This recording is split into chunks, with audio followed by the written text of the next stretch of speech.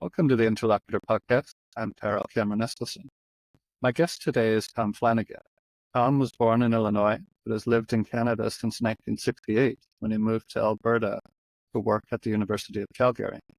He's written a number of books on Canadian history and politics, many dealing with Native and Métis history.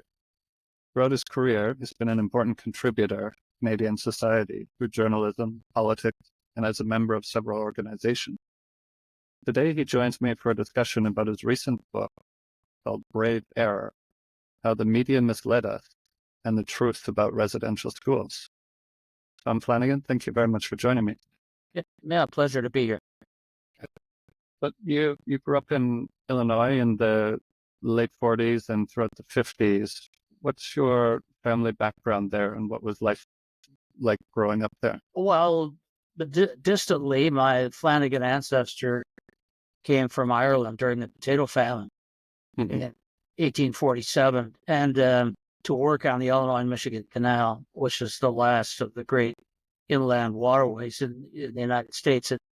It's part of a linkage between the Great Lakes and the Gulf of Mexico. So family stayed in that area. He originally lived in a town called LaSalle. Originally, my father and mother moved to a town close by called Ottawa, same as the capital of Canada, named after the same roving Indians.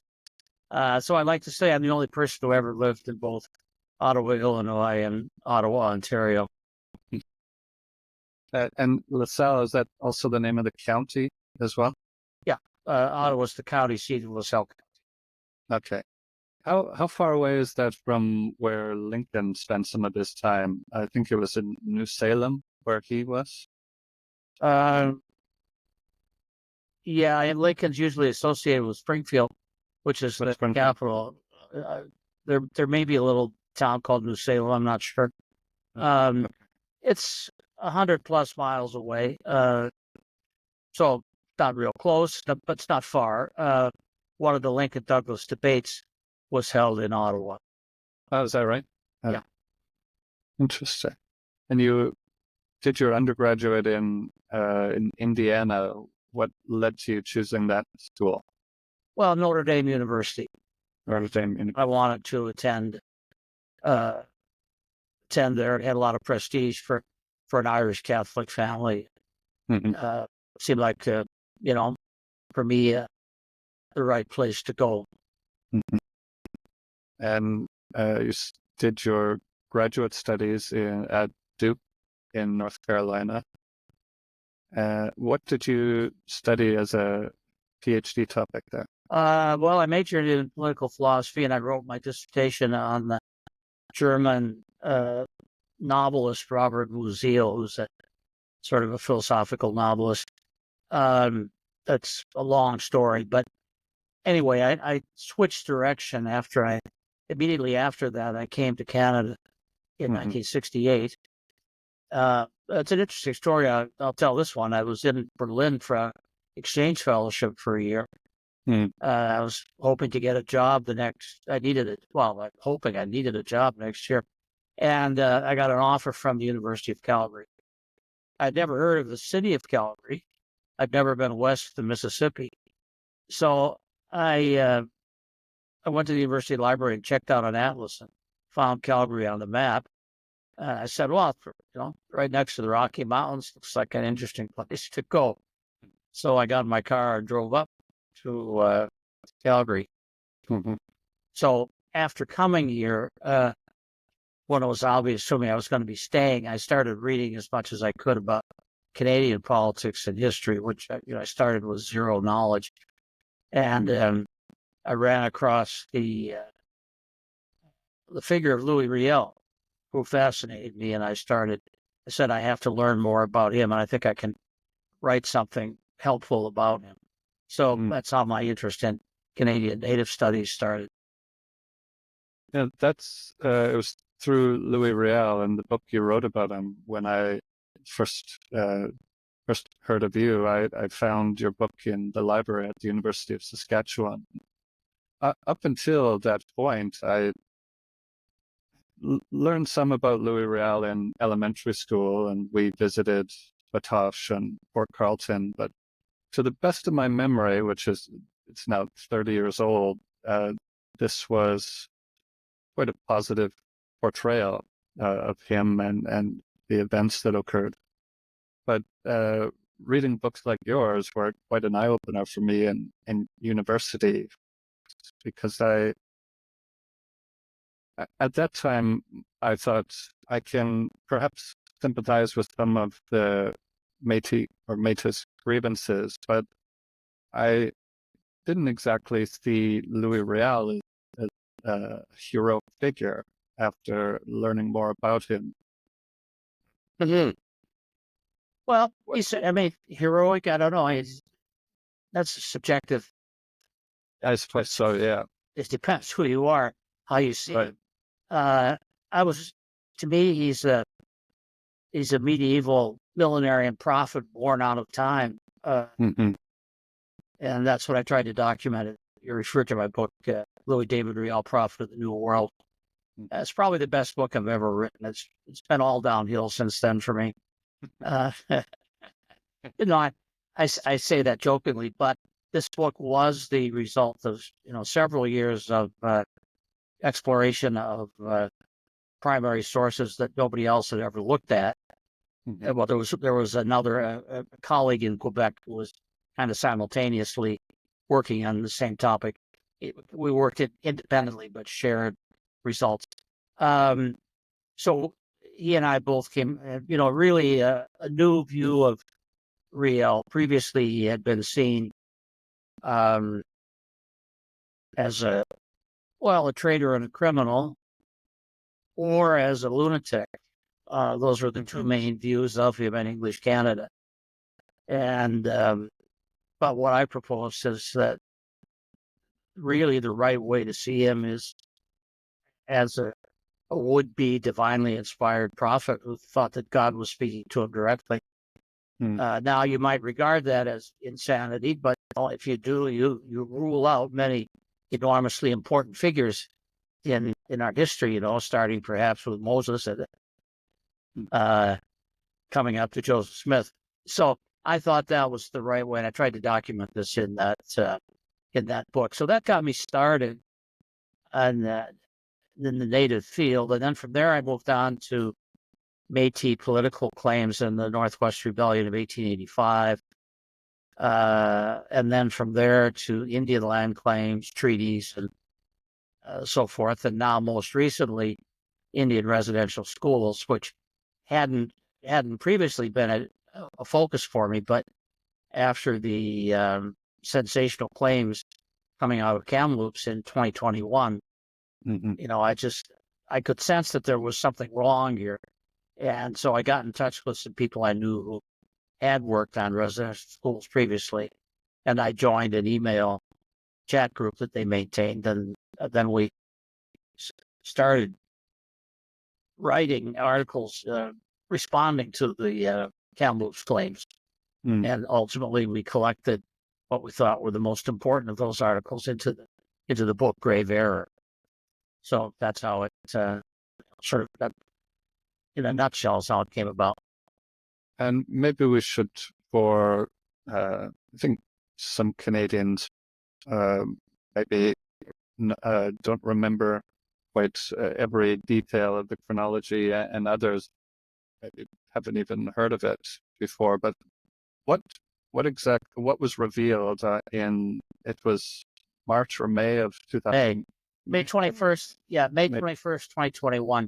It was a sensational announcement made by the chief of the Kamloops First Nation that they had discovered the unmarked grave, 215 unmarked graves in an apple orchard, which was on their reserve, not far from their Kamloops Indian Residential School, which of course has been closed for decades, but the building still stands and is now used for other purposes. So, Marianne, I'm doing a podcast. My wife just wondering. Yeah, this was a bombshell of an announcement. because they claimed that these were 215 children. They didn't say how they had died, but the implication was that they had died as a result of maltreatment in the residential school and had been clandestinely buried in order to keep this whole thing a secret. Now, the announcement, it didn't make sense right from the start. I mean, first of all, the Truth and Reconciliation Commission had documented the deaths of 51 children who died at the Kamloops at the school there over a period of almost a century, mostly from tuberculosis, which was the big killer. But I mean, we knew about these children. We had their names. The death certificates were available. So who were these 215 children at Kamloops school? They didn't say. They didn't claim to know. And in fact, they didn't have any human remains. What they had were the findings of ground penetrating radar, which can tell you that has been a disturbance in the soil, but it doesn't tell you what that disturbance is. Now, you're testing in an apple orchard. Of course, the soil's been disturbed. Apple trees don't grow natively in that part of British Columbia. They had to be planted. So right there, soil is going to be disturbed. But it also came out later that this area had been a distribution grounds for the effluent from the septic system at the school. Underground weeping tiles had been installed in the 1930s and had never been taken up. So almost certainly what they were detecting was not human remains. There haven't been any excavations, so there's never been any proof offered. And most recently, the chief walked this back in May of 2024. She put out a commemorative statement and dropped the claim of having found unmarked graves and went back to no soil anomalies. But by now, the story has taken hold in the media, so it doesn't really matter what the chief says anymore. The story has taken on a life of its own. Yeah. I'm interested in getting some of the background of the residential schools, but maybe before we do that, picking up on where you left off there, why did some specialist with ground penetrating radar come there in the first place? Well, they were hired by the leadership of the band to do this. The leadership claimed that they had heard stories from the elders that there were bodies buried in the orchard, and so they wanted to look for them. There's a lot of folklore and urban legends connected with Indian residential schools about burial, not just at Kamloops, but at other schools too. There have been many stories about clandestine burials. A lot of these stories can be traced back to a defrocked United Church minister named, I'm 80 years old, and names don't always immediately come. Was it Annette? Yeah, Kevin Annette. Annette. And he's been spreading these stories since the 1990s, and he traveled around from reserve to reserve. So at this point, it's hard to know whether he heard these stories from Indians when he visited or whether he brought the stories with him, and probably some of both. So anyway, these stories have been circulating since the 1990s, and so the leadership of the Kamloops First Nation said, "Okay, we're gonna test to see if there's anything to it." But the trouble is that they used a method which is not definitive.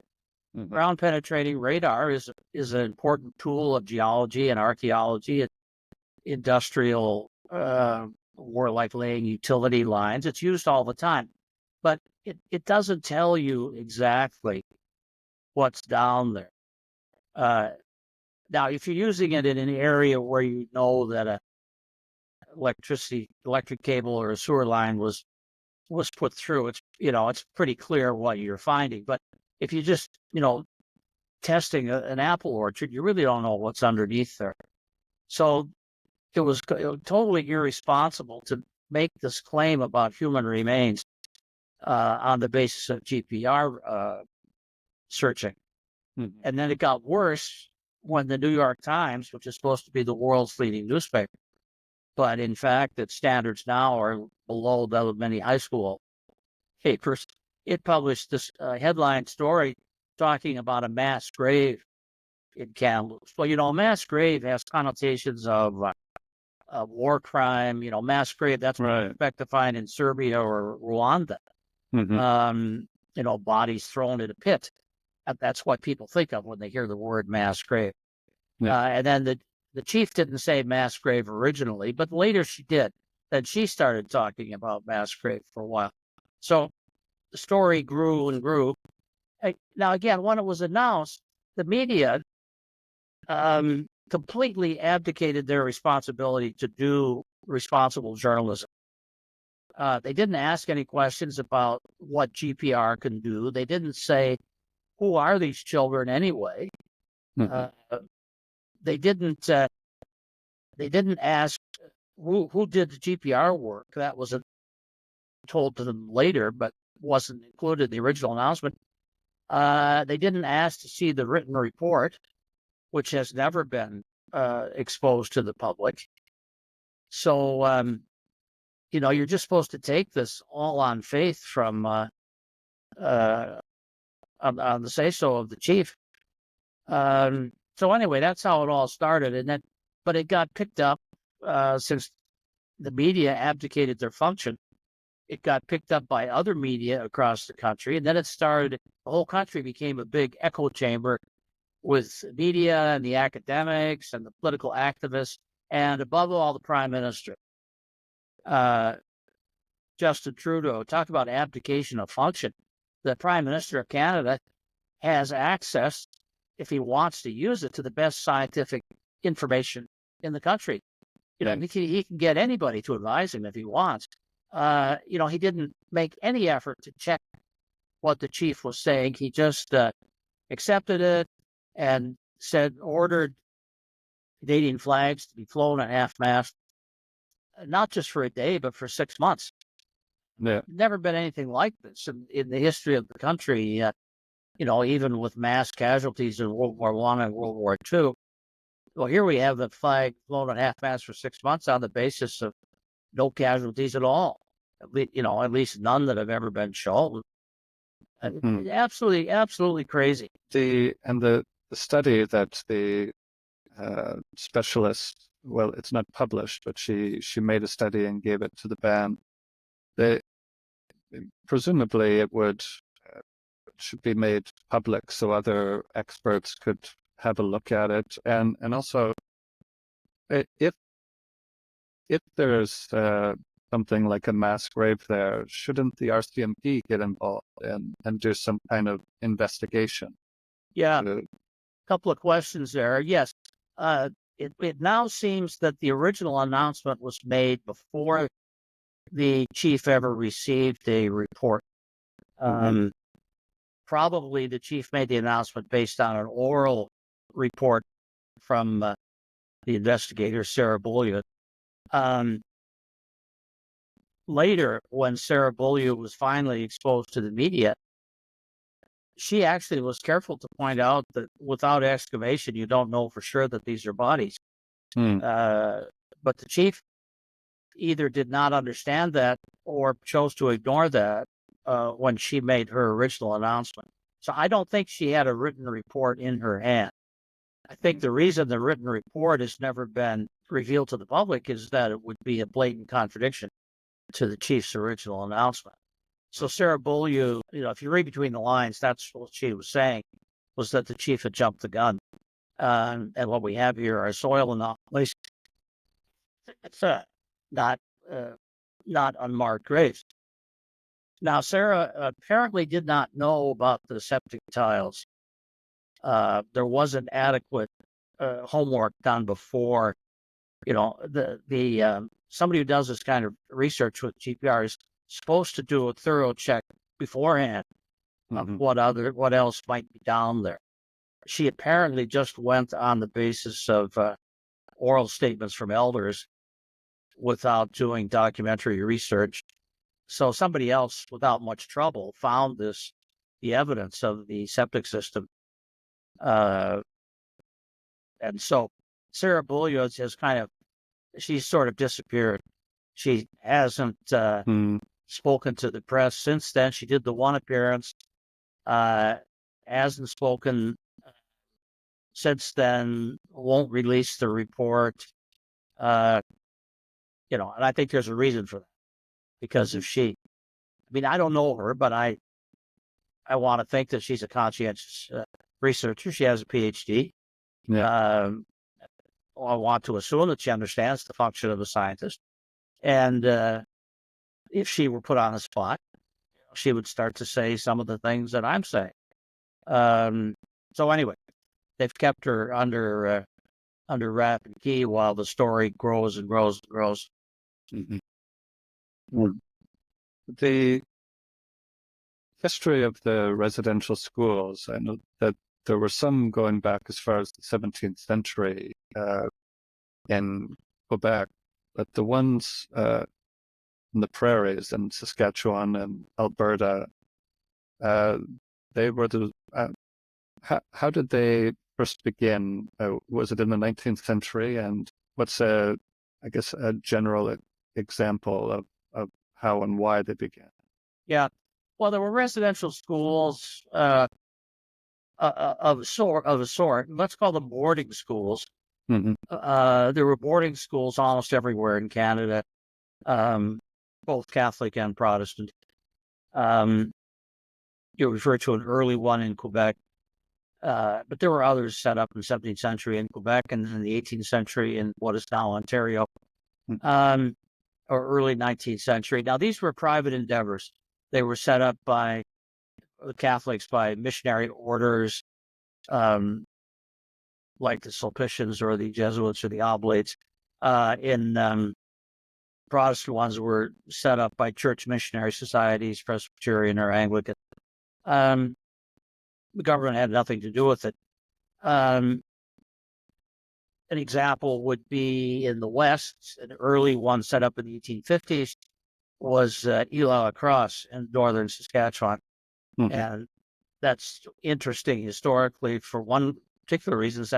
That's where Louis Riel's sister, Sarah Riel, worked and she died of tuberculosis.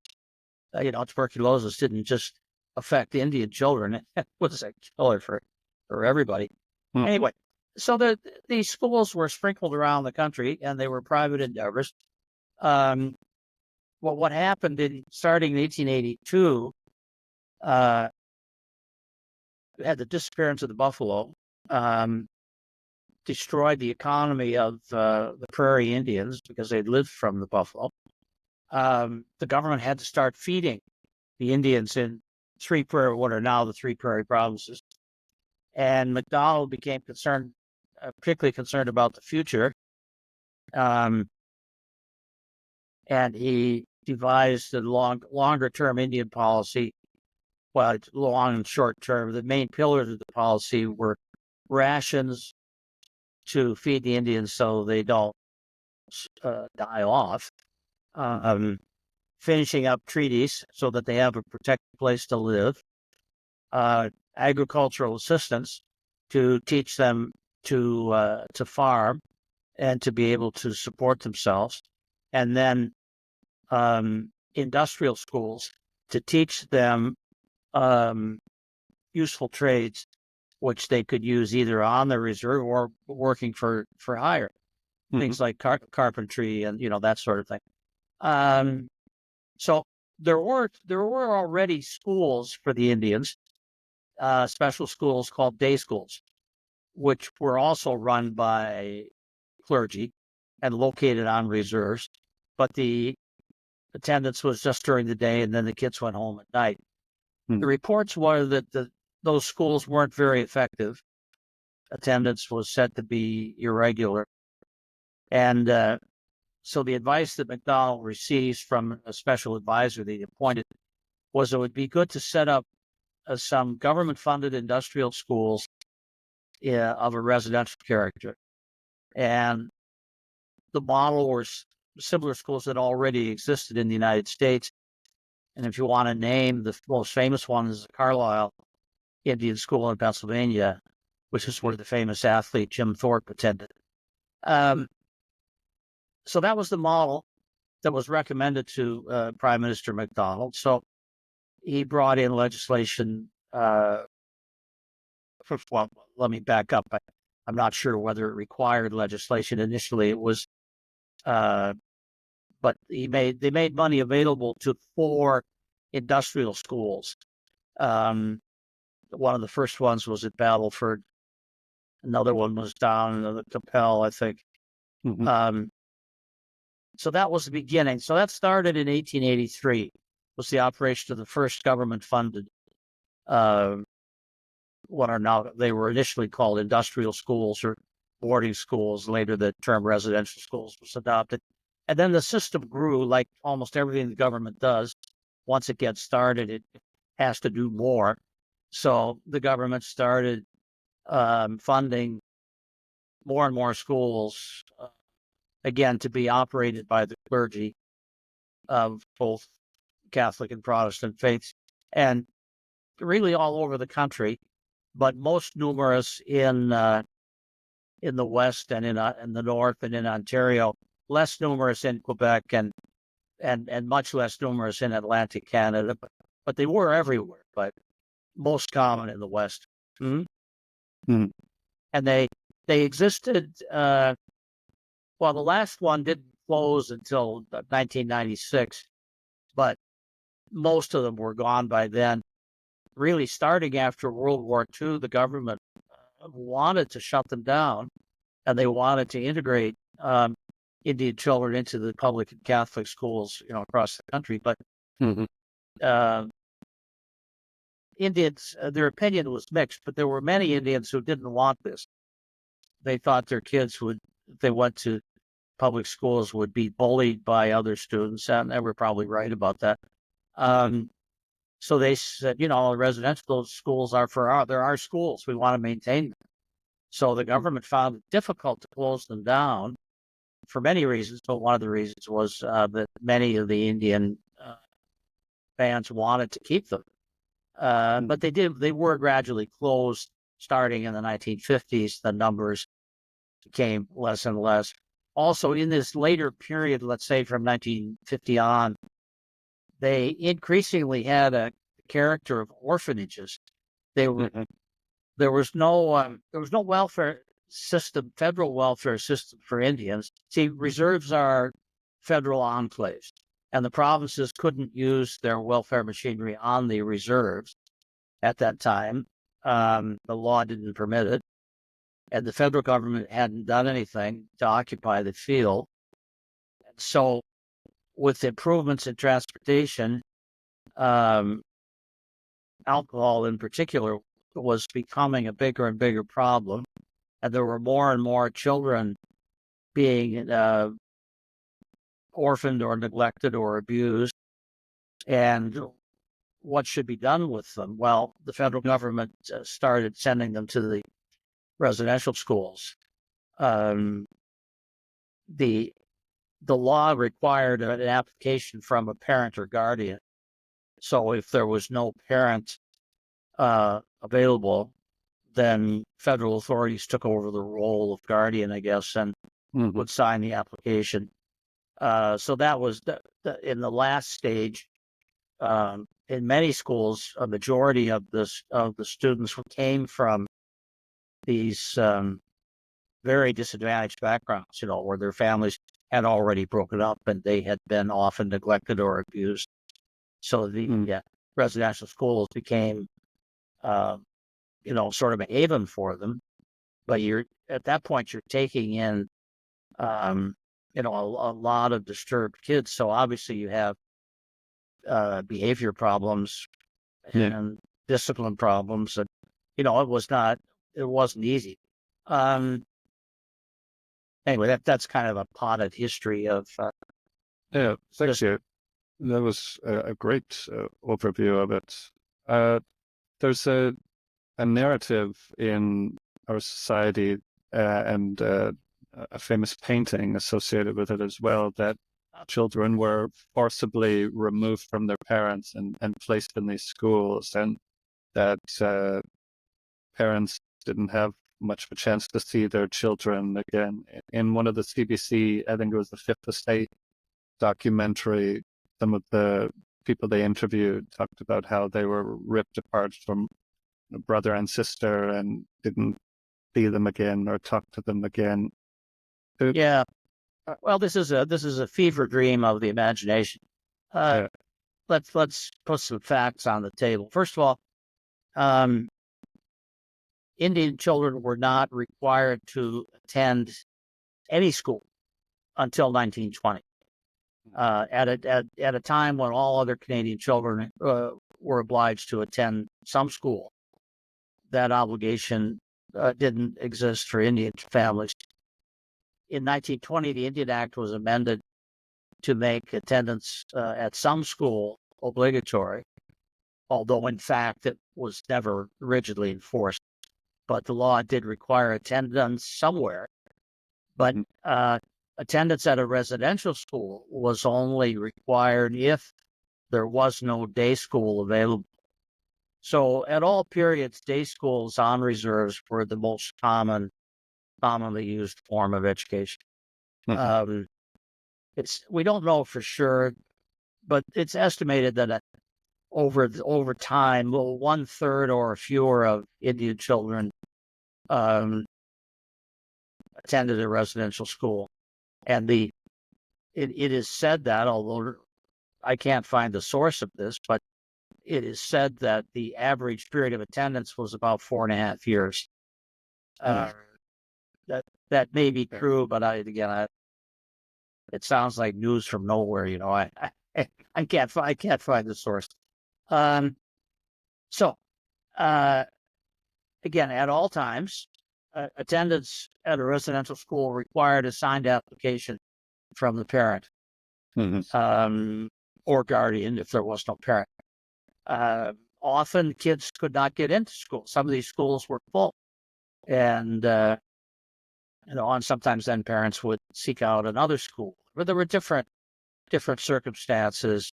For example, Protestant children on the coast of British Columbia for decades would go to high school in Alberta at the Edmonton Indian Residential School because the United Church had closed down most of their residential schools on the coast. I'm not sure why. It was their decision. There was only one left at Port Alberni. It wasn't big enough to accommodate demand.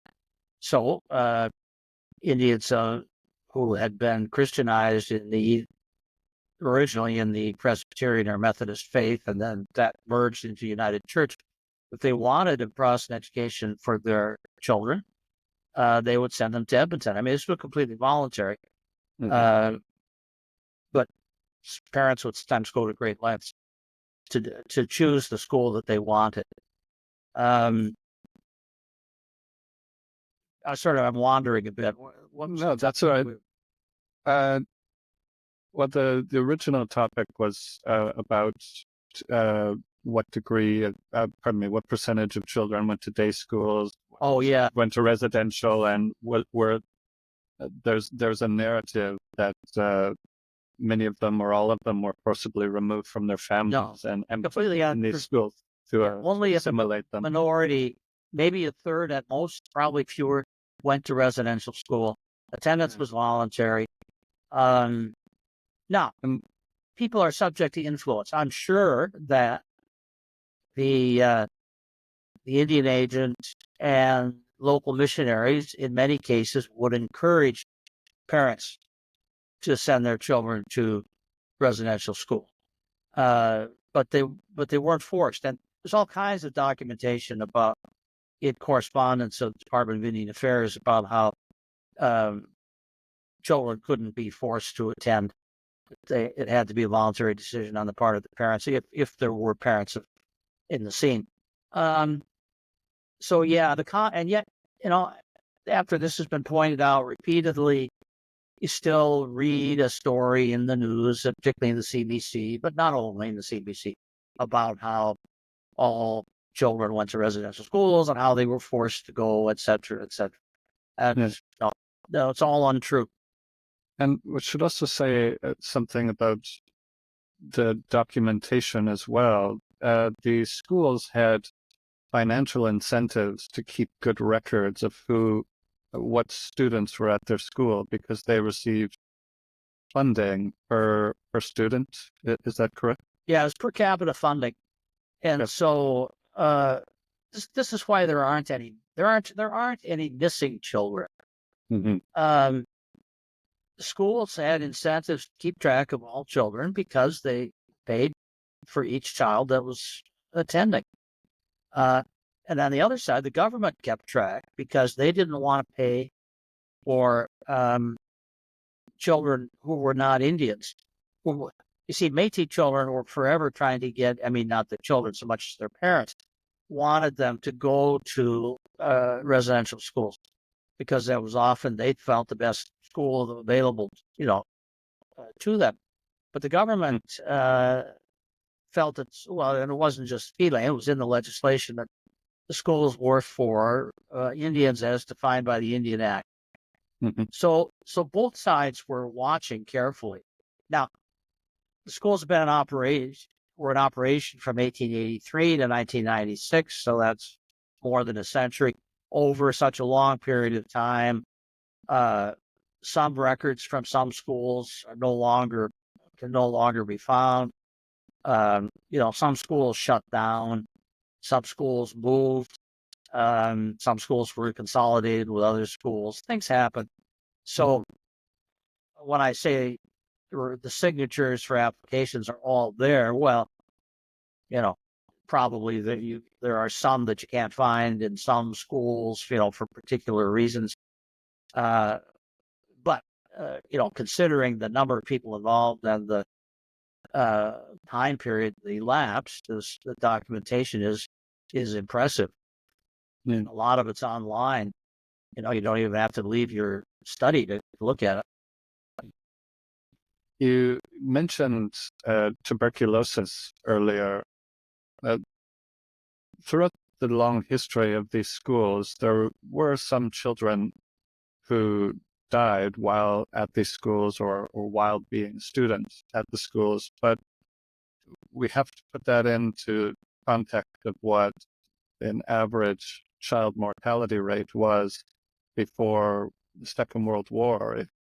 If listeners go to a site like Our World in Data and look at child mortality and its history, prior to the 19th century, I think it was at as high as 48%, or that was the average. And until the beginning of the 20th century and after the Second World War, it starts to dramatically improve. But for a long period of time, when these schools were in operation, it was difficult to treat not just Indian children, but all children to prevent death and disease. Yeah, tuberculosis was a scourge. It was conquered in two stages. I think it was in the 1920s. A vaccine was developed, which was effective to a degree, and then after World War II, streptomycin was tested and proved and came onto the market around 1950. That was the big breakthrough, was streptomycin. Now, since then, there have been other antibiotics discovered that don't have the same side effects, and so often today streptomycin isn't used anymore, but that was the breakthrough. So it was around 1950. And if you look at mortality figures in residential schools, they dropped them dramatically after 1950. Now, prior to 1950, there were many deaths from tuberculosis in the schools, and that is tragic. But you have to compare apples to apples.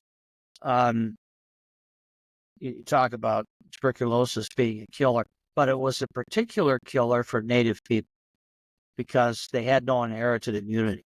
Mm-hmm. Europeans and Asians had been living with tuberculosis for, well, I think thousands or certainly hundreds, I don't know exactly, but a long time. So some resistance had developed. It was still a killer, but there was some resistance. But for Native people, they were encountering this disease for the first time. So the right comparison would be to compare death rates of Native children in the residential schools versus Native kids who were on reserve. Mm-hmm. It seems very likely that most Indian children who came to the schools were already infected with tuberculosis when they came.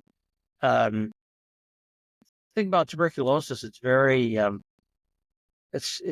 to predict its course. It can remain dormant. In fact, that's the most common course, is that it remains dormant in the host for decades. Maybe never appears as an ailment. You can find it by testing, but it doesn't make you sick. Or it can be extremely virulent and kill with a short period of time.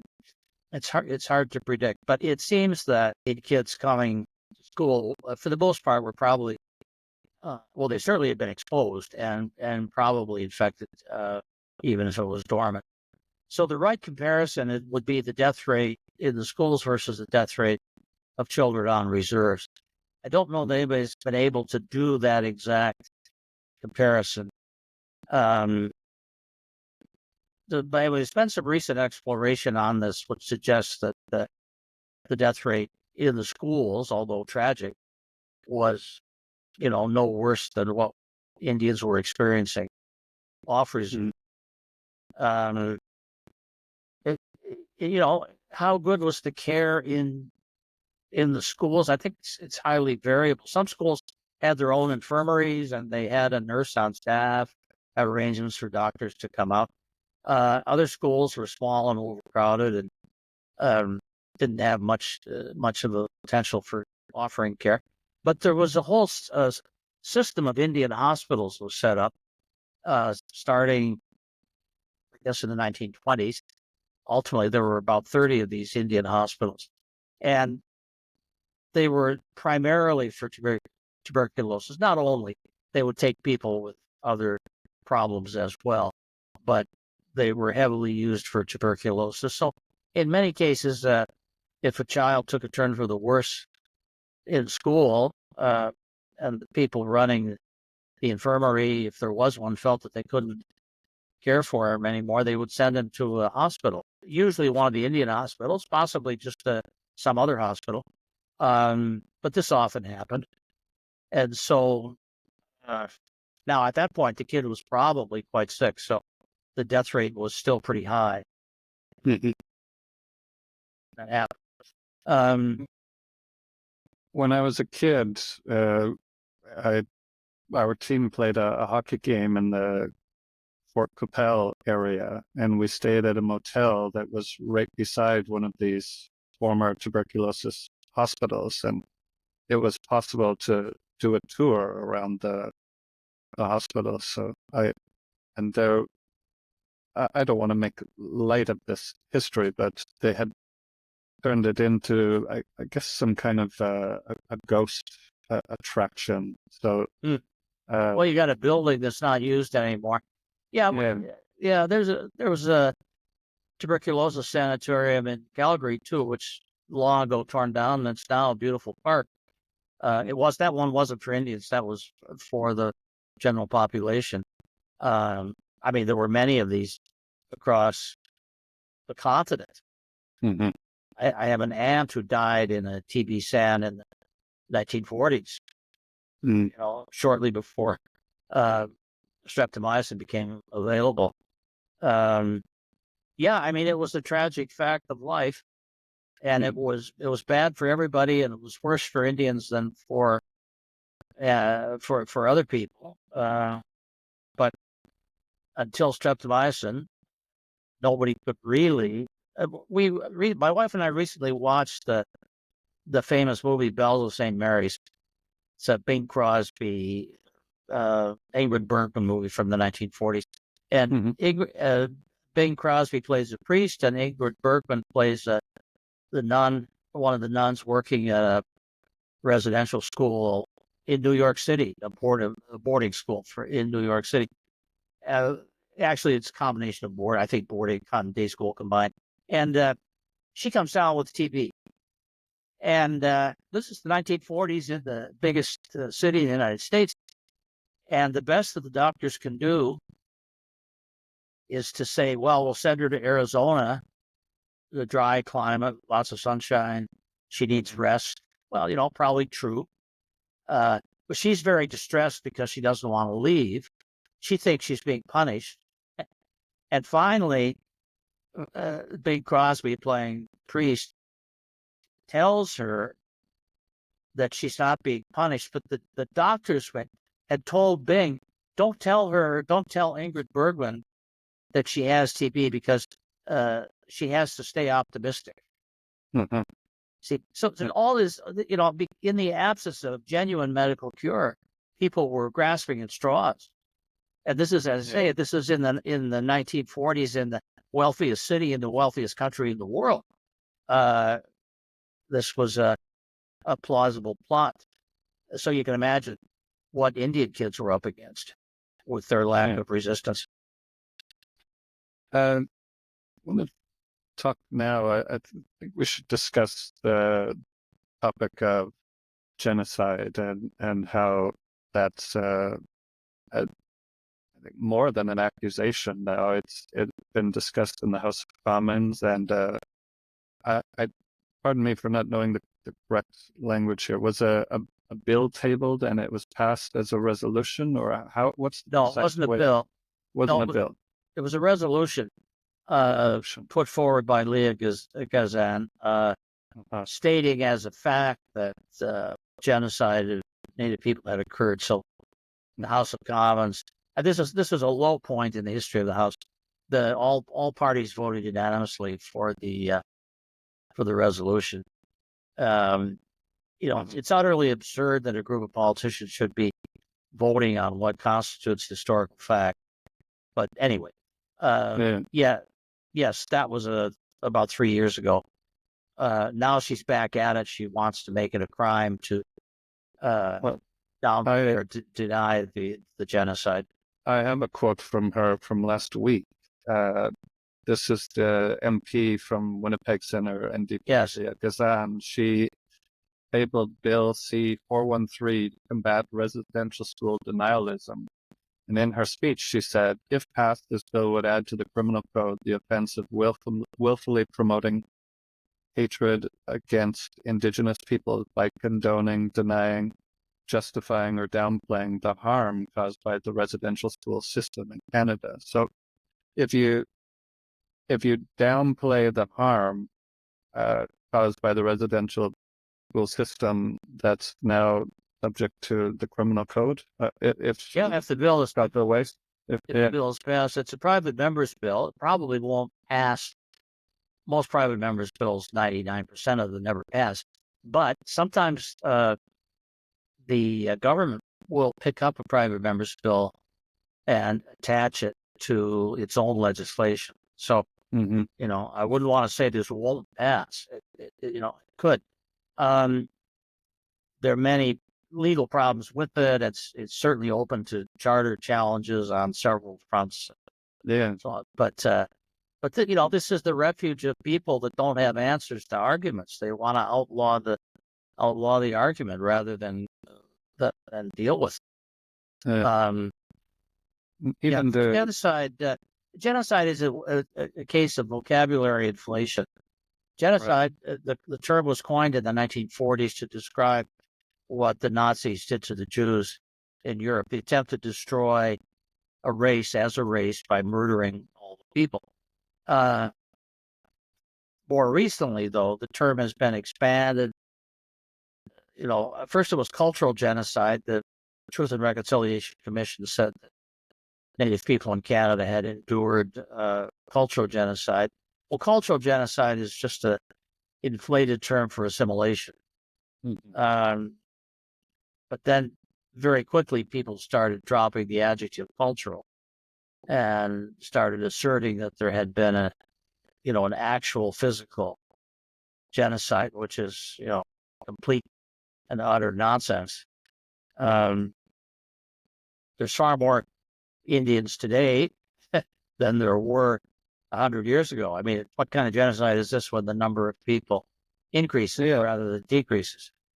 Conrad Black, in the preface to the book Grave, in the preface to this book, I have it here. He said that there's no historical precedent for attempted genocide causing the population of the targeted minority to rise as the population of native peoples did in this country from 125,000 in 1867 to 1.8 million today. Yeah. Uh, Yeah, it's a ludicrous, but it's a strategic use of language. It's a distortion of language for political purposes. So it's difficult to counter with producing fact, because these people aren't interested in facts. They're interested in achieving political objectives. So the term cultural genocide was sort of a halfway house. And we should perhaps linger on that for a minute. Cultural genocide essentially means assimilation. Well, what we're going to do with Native people in Canada, particularly in Western Canada, once the buffalo had gone, the basis of their economy had vanished. So survival depended upon adopting many Western practices across the board. It was an agricultural society. It was about the only way that they would be able to feed themselves. They had to look to deal with the surrounding society if they were, going to buy seed and livestock and sell what they raised. They had to be able to speak English. They had to understand what was going on around them. So, some basic education was required for survival. I mean, what would the critics say today if Canada had refused to offer education to the Indians of the 19th century?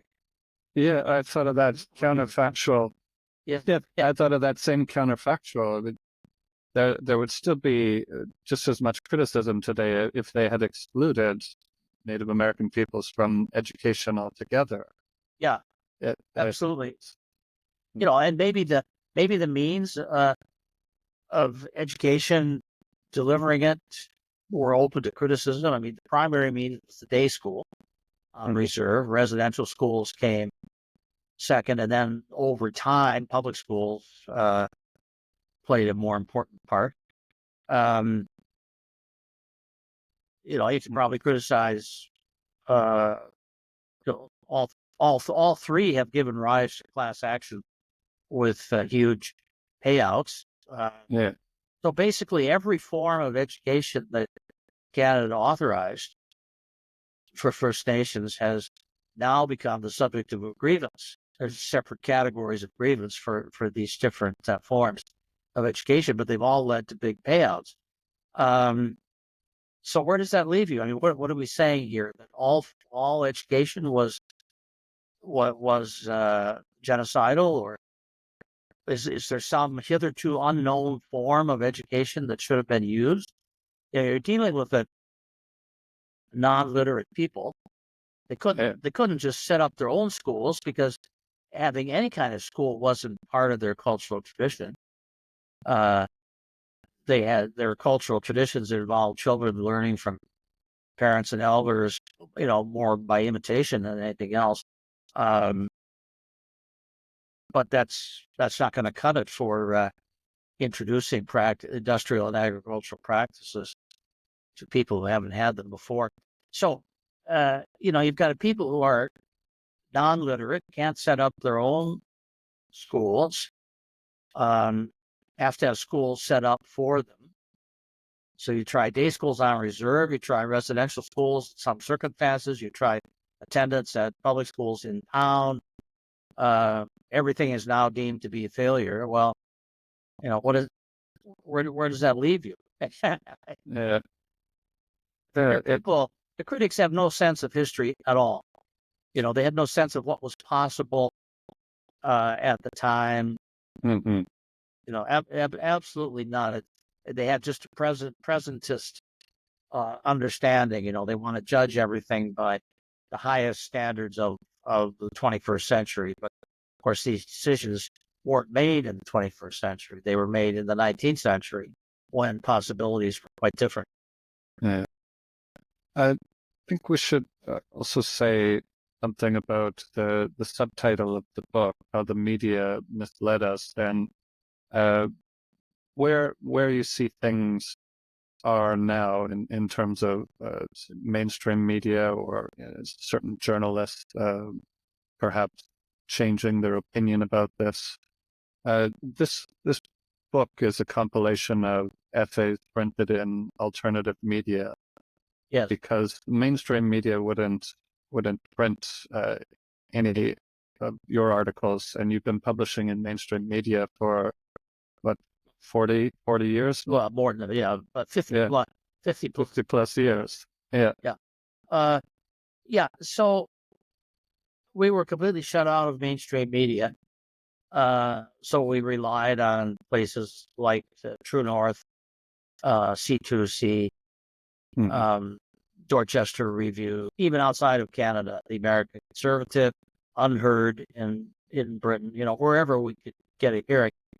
The book we tried, I tried my former university press publisher, but they kept hemming and hawing, and I could see that it wasn't going to work. Yeah. Even though I have to say that publisher its record in the past had been very good on publishing controversial material. But this one, they just couldn't agree to touch it. So we went with True North. The book has done extremely well, in fact, being sold on Amazon. So the media, initially, the media were 100% in on the Kamloops narrative. They published it uncritically, and they amplified it, exaggerated it. And this was true of all legacy media in Canada: CBC, C2C, Global News, Globe and Mail, Toronto Star, even the National Post and the Sun papers, Post media papers. Everybody was parroting Kamloops narrative. Now things have gotten a little better, but not much. The National Post has gradually broken with the narrative. Started with Barbara Kay and Conrad Black, who also are on the covers, in our book, and who write occasionally for the National Post. Then Terry Glavin, who's independent-minded columnist, journalist, and sometimes I agree with him, sometimes I don't, but I always respect what he does. It's the basis of independent research and thinking. So Terry broke with the narrative, but for a long time he was alone. But then more recently, several columnists with the National Post, Jamie Sarkonak, Michael Higgins, are two whose names come to mind. But it's now become quite common for somebody writing in the National Post to say that the Kamloops narrative has, well, at least they'll say it's never been proved. They'll point out the complete absence of evidence for it. Mm-hmm. Even the ones who've broken with the narrative probably still have an exaggerated idea of the harms that were caused by the schools. But at least they realized that the Kamloops narrative was, I don't know if it started as a deliberate hoax. I can't say, because I don't know what was going on behind the scenes, but it has become a hoax over time because there's so much evidence now, so many arguments against the validity of it, that to continue to maintain it means that you are perpetrating a fraud. Right. But the partial enlightenment that has come to the National Post hasn't spread to any other areas of the legacy media, like Toronto Star, Globe and Mail, etc. All the ones that I named are still parroting the Kamloops narrative and spreading it to other parts, other situations. So now it's not just the Kamloops narrative, but it's the Williams Lake story. There's a new documentary out called Sugarcane, which has been picked up by the National Geographic of all people, and it's going to win. Already has won awards at film fest. It's based on one lie after another. So things really are not much better in the media, except for the National Post.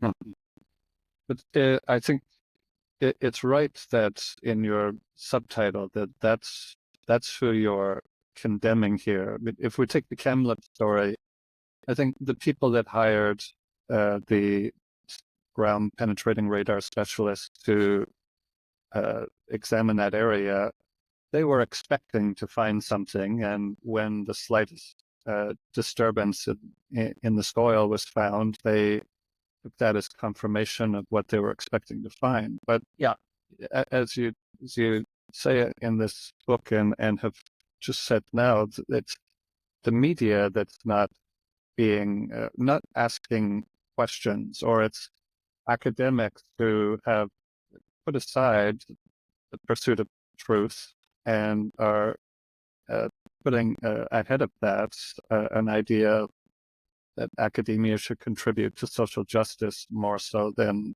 the expansion of knowledge and the pursuit of truth. Yeah, if the media had done their job, Kamloops narrative would never have gotten off the ground. It might have been reported, but it would have been reported with a bunch of question marks because the media didn't ask the obvious questions. So the story got reported without question marks. It got reported as if it was obviously true, and then it got amplified. So yeah, the media played a critical role in taking a story which, on its face, was not close to being plausible. I mean, come on, 215 hidden graves on school grounds of children who don't have any names and nobody ever knew they were missing, and suddenly they're there. I mean, and you won't you won't bring out the investigator, and you won't reveal her report. I mean, like, why would anybody believe that without further evidence? But the media just took it and ran with it. And so that's what made it a big deal. Would have disappeared in a few days without the complicity of the media. So now news stories continue to come out, like Williams Lake, and they are reported, but they're not getting the same treatment. So I guess maybe this is progress. When you get a new round of claims, like as from Williams Lake, the media report it, and they don't question. They report it as being true, but they don't put it on the top of the front page, and they don't keep repeating it. It just sort of is reported and then sits on the internet. So maybe things have improved a bit. And in reaction to these stories over the last 3 years, there's also, or at least assume that they're all a reaction to these stories over the last 3 years, it's the arson, the burning down of now over 100 churches across Canada. Well, yeah, got to be careful with the numbers. It depends when you start counting and what you count. There have been, according to the data which were just released in Parliament a couple of weeks ago, since 2021, there have been 164 attacks upon churches, and there have been a couple more in recent days. But this could include that's sort of a maximum number, which could include things like a fire in the parking lot, or vandalism. Type of vandalism, yeah. Yeah. Okay. I can't tell you how many churches have been burned to the ground. It's not nearly that many. It might be, a few dozen have actually burned to the ground, and others have been damaged by fire. So it's an important clarification. Yeah. So we should be careful about the numbers, but it's clear that there was an increase in attacks upon churches starting around 2010 as a result of the appointment of the Truth and Reconciliation Commission. And then there was another increase after 2021, after the Kamloops story. So, you've got different things happening, but yeah, the trend. Now, not all church burnings are as a result of vandalism or arson. The Catholic Church in Trois-Rivières burned down last night. Tragic, Mm-hmm. over 100 years old, great big, sort of almost a cathedral type church, real landmark. But they don't think that it was arson. It was an old building, and like Notre Dame in Paris, sometimes old churches will burn for various reasons. But a few days ago, there was an Anglican church in Loon Lake burned to the ground. This is almost certainly arson, and the RCMP are investigating that as a crime. They don't saw the news about that one. Yeah, they don't have a suspect yet, and they probably won't find anybody. These church burning. I mean, it's hard. Somebody sets a fire in the middle of the night. It's hard to unless they get picked up on a neighboring camera. Yeah. So even if you look hard, it's a difficult task to find the arsonist, and I don't know how hard the Mounties are actually looking. Their record is not very good so far. But that one strikes me. Loon Lake was the site of the last battle of the Northwest Rebellion, so it would be a good symbolic burning for the National Day of Truth and Reconciliation. Mm-hmm. Nothing says reconciliation better than burning an Anglican church to the ground. So I'm pretty suspicious about that one, but not the fire in Trois-Rivières. So each one has to be looked at as a separate event. Let's just one more question. I'm interested in where you see this going in the upcoming months, and perhaps what you plan to continue doing, and maybe promoting the book or spreading this information through conversations. Where and what can other people do, I guess, just restore sanity and the ability to ask questions around this topic, because it's a topic that many people are afraid to even bring up and touch, for sure, and talk about. Yeah. Well, I mean, the narrative, the Kamloops narrative, is solidly established. It's got a life of its own now, independent of fact. It will proliferate in the future because government has put a lot of money into further research.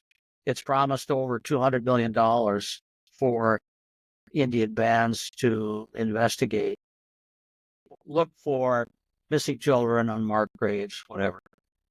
Also, the term missing children has been redefined over the last couple of years. That now it means just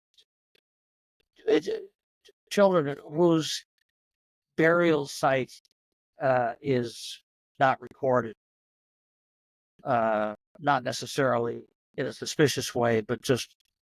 And there are lots of Indian, over a century, with kids going to school and going to hospital, and then families forget. There are lots of cases of the places where burials are unknown. So if you define that to be the problem, you've been looking for those for a long time. So the government is feeding it with money. Also, they appointed a special interlocutor, Kimberly Murray. She's going to give a report, which will undoubtedly demand even more money to be spent. So, I mean, there are things that will continue to feed it. So it's going to be, it doesn't have the kind of impact that it did in 2021, but it's going to be kept alive by government support.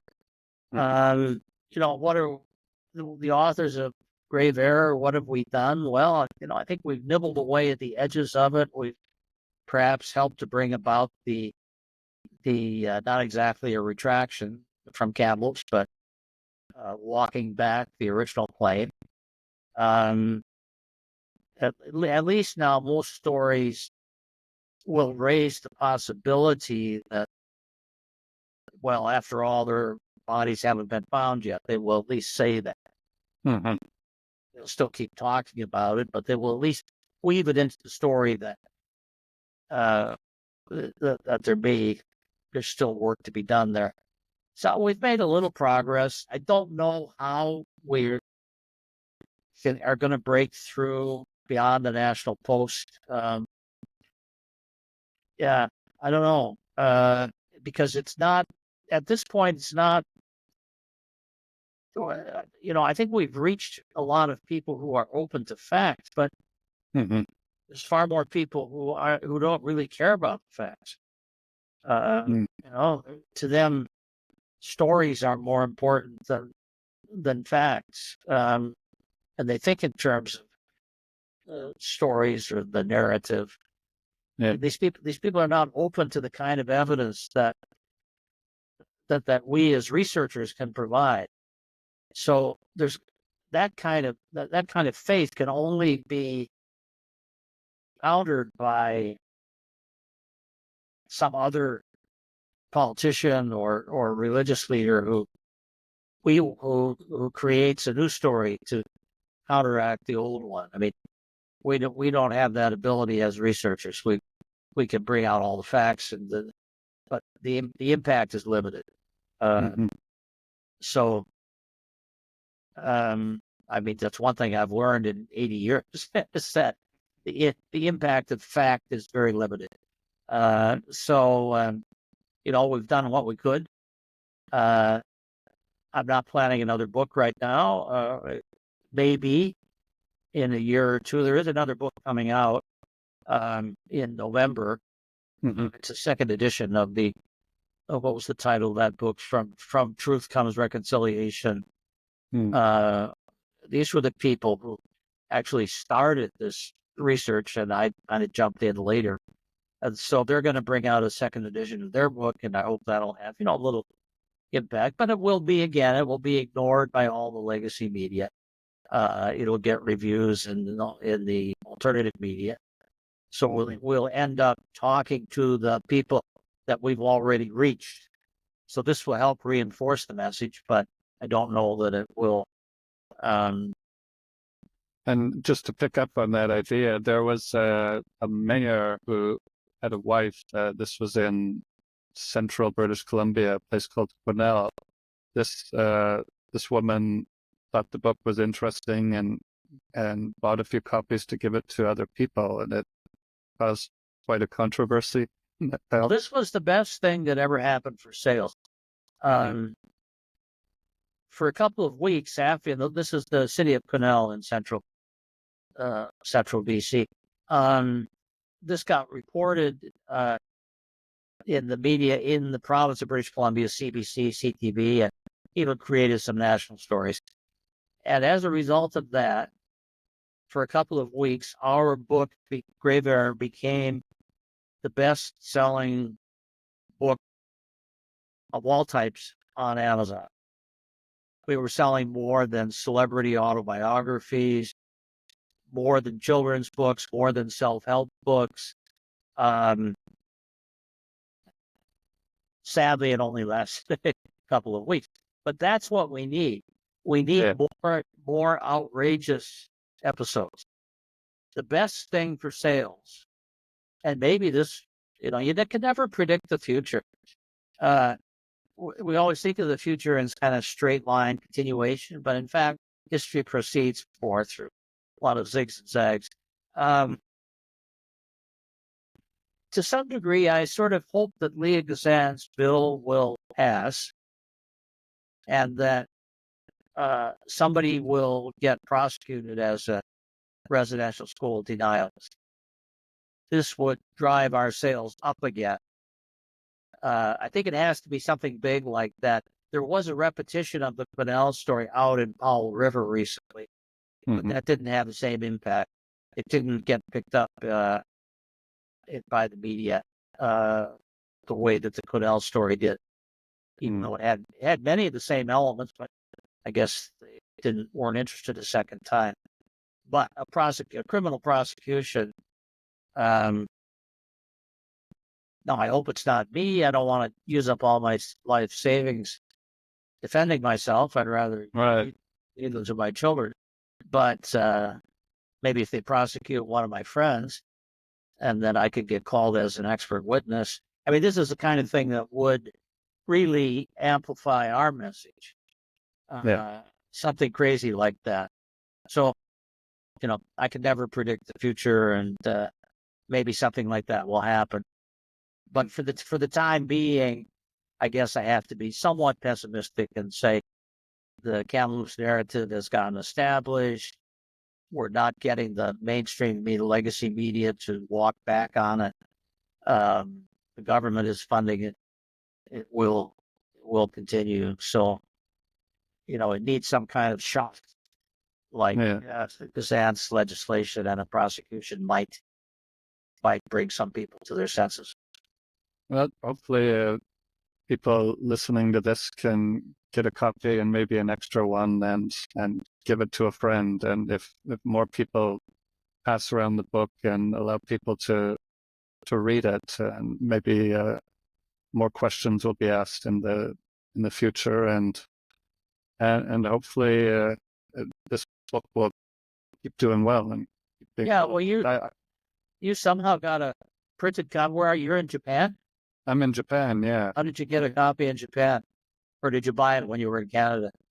I bought it over Amazon and I guess had it shipped here, but deliver it to Japan, okay. Yeah, I was talking with Mark Milkey, who I think you know, and he's a former student of mine. Former student of yours. Yeah. And I think after reading his book, the book that he was a part of, 1867, and I think Chris Champion was a part of that book, and somehow maybe through relevant searches on Amazon, I came across this one. Oh, okay. Yeah.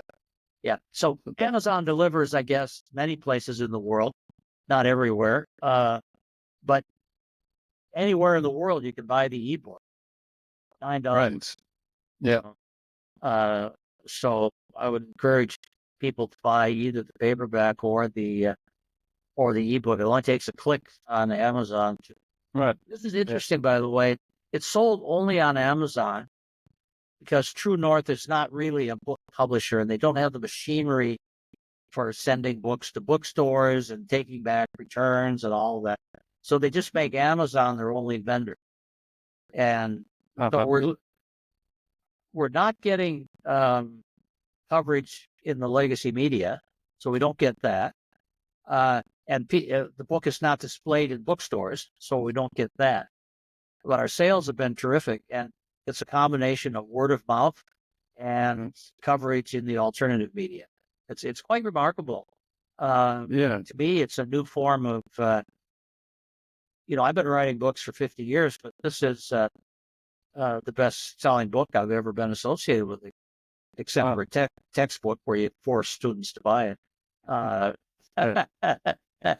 Yeah, so it's really, you get shut out of the legacy media, but there are other ways of getting your message out.